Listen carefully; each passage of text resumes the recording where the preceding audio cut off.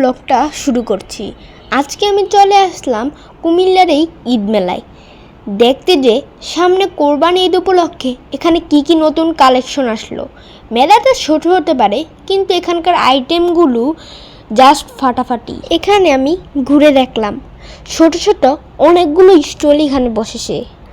But একটা কষ্টের বিষয় হলো, কুমিল্লাতে যেই মেলাই হোক না কেন, এখানে সব মেয়েদের জিনিস নাহলে ছোট্ট বাচ্চাদের জিনিস পাওয়া যায়, ছেলেদের জন্য কিছুই পাওয়া যায় না। তাই আমার মেলা বেশি ভালো লাগে না। তোমাদের এটা শেয়ার করতে আজকের ব্লগটা করতে হচ্ছে, নাহলে আমি আসতামই না। এই মেলাটা তোমাদের দেখাতে হবে বলেই এত কষ্ট করে এই মেলায় এসে তোমাদের জন্য ভিডিও করছি। তবুও তোমরা লাইক সাবস্ক্রাইব করছো না। তোমরা কি করছো? তাড়াতাড়ি লাইক সাবস্ক্রাইব করো। এগুলো করতে কি টাকা লাগে? টাকা লাগলে একটা বিষয় ছিল, যেটা লাইক সাবস্ক্রাইব করতে টাকাই লাগে না। তাহলে তোমরা কেন করো না? তাড়াতাড়ি যাও করো। এই মেলায় ঘর সাজানোর জিনিসপত্র ছিল, যা আমার মামুনির অনেক পছন্দের।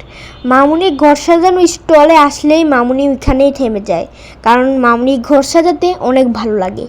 মেলায় আসবো, কিন্তু এখানে খাবারের আইটেম থাকবে না তা তো হয় না। এখানে বিভিন্ন ধরনের টক ঝাল আচার ছিল।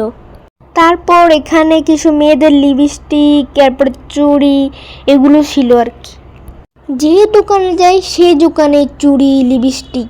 আমি বুঝি না কেন ছেলেদের জিনিস থাকে না।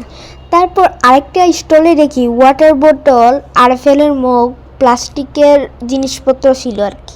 আজকের ব্লগ এই পর্যন্তই। নেক্সট ভিডিওতে তোমাদের সঙ্গে আবার দেখা হবে। আল্লাহ হাফেজ গাইস।